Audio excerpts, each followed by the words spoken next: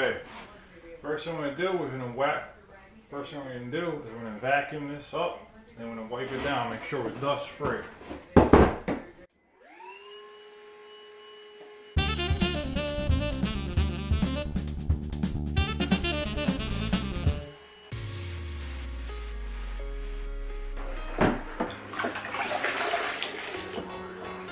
Now we're just going to wipe it down with a Tile sponge and mortar.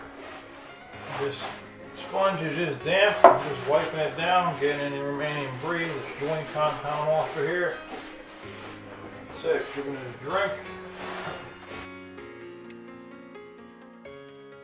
So now we're clean.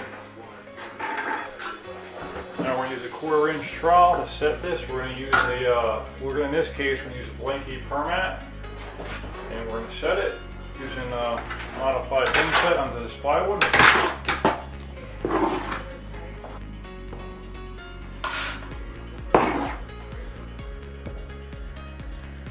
First thing you always want to do is take the flat side of your trowel,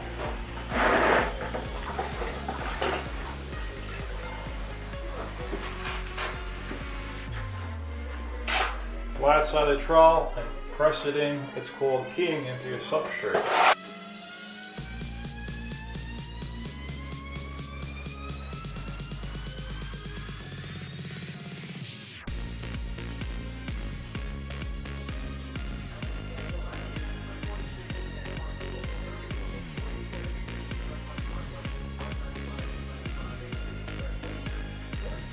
All these pieces that I'm doing here, they're all pre-cut. I know where they're at. I got them labeled.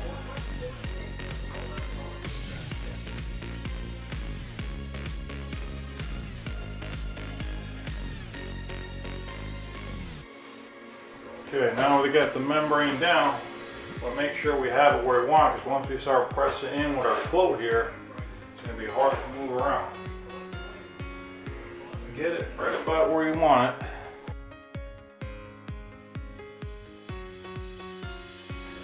Okay, now I'm just going to use a wood float. Use a wood float, piece of 2x4 grout float.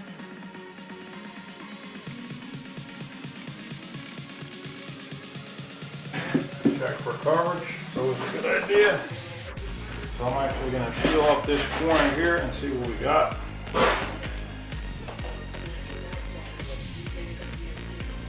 Alright, just pull it up now.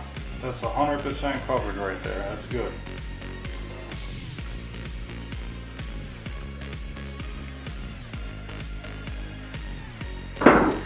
I actually like to get in here with a shelf on it, and that really embeds the wall.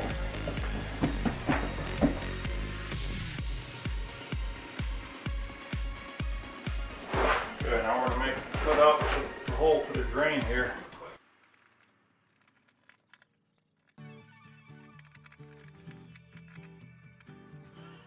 Okay, so now what I'm going to do is I'm going to test fit the drain. I actually have this pre-cut from yesterday. But now that we have fin set on here and everything else, I still want to make sure that I'm good. Now,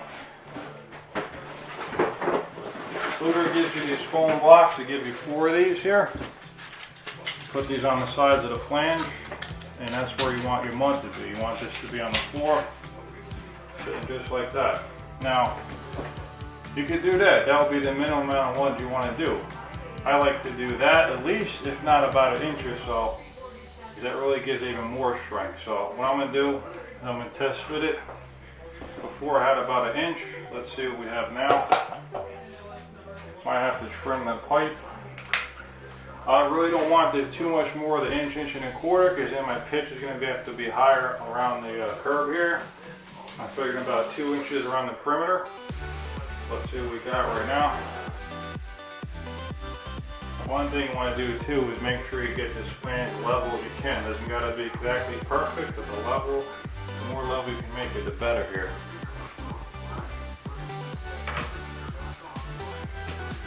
Pretty close actually. Put it on that way.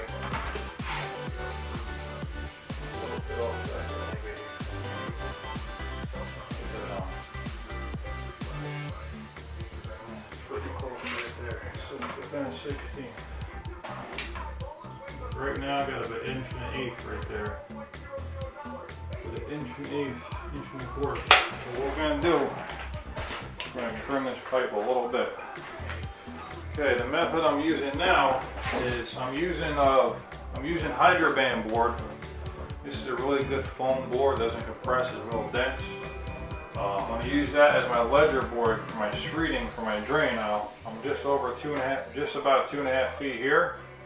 So that makes it, so you do 1/4 inch per foot minimum. So that's going to make it 1/2 inch plus 5/8 there.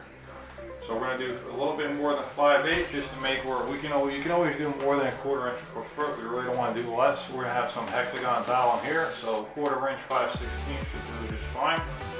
So I always personally like a little bit more pitch than less. Doesn't hurt. You don't want to be more than like 1/2 inch per foot unless you have 1/2 inch per foot if you do like pebbles. 3/8 per foot for pebbles. Not much more than 1/2 inch, and it's going to get kind of awkward to stand out when you're taking a shower. So what I'm going to do is I have my laser level going around here. I actually mark a line on the, if you can see, I marked the line right there on this scrap piece.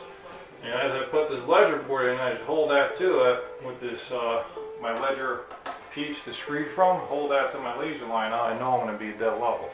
So I'm going to do the whole perimeter, and then we'll be ready to start putting some mud in here. One thing I like to mention here as well is these pieces that I'm installing on the wall for my ledger board for my screeds here. I rip them down. I have a piece of Hydraband board that's perfectly straight. I use a circular saw with a rip guide on it, so every piece I cut is the same size and they're exactly straight.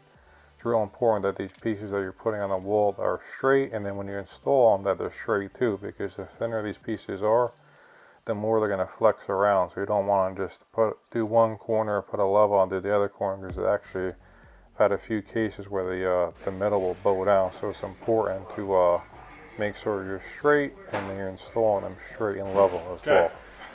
So the first thing we're going to do now is we're going to spread the inside around this area, and we're going to pack mud under the flange.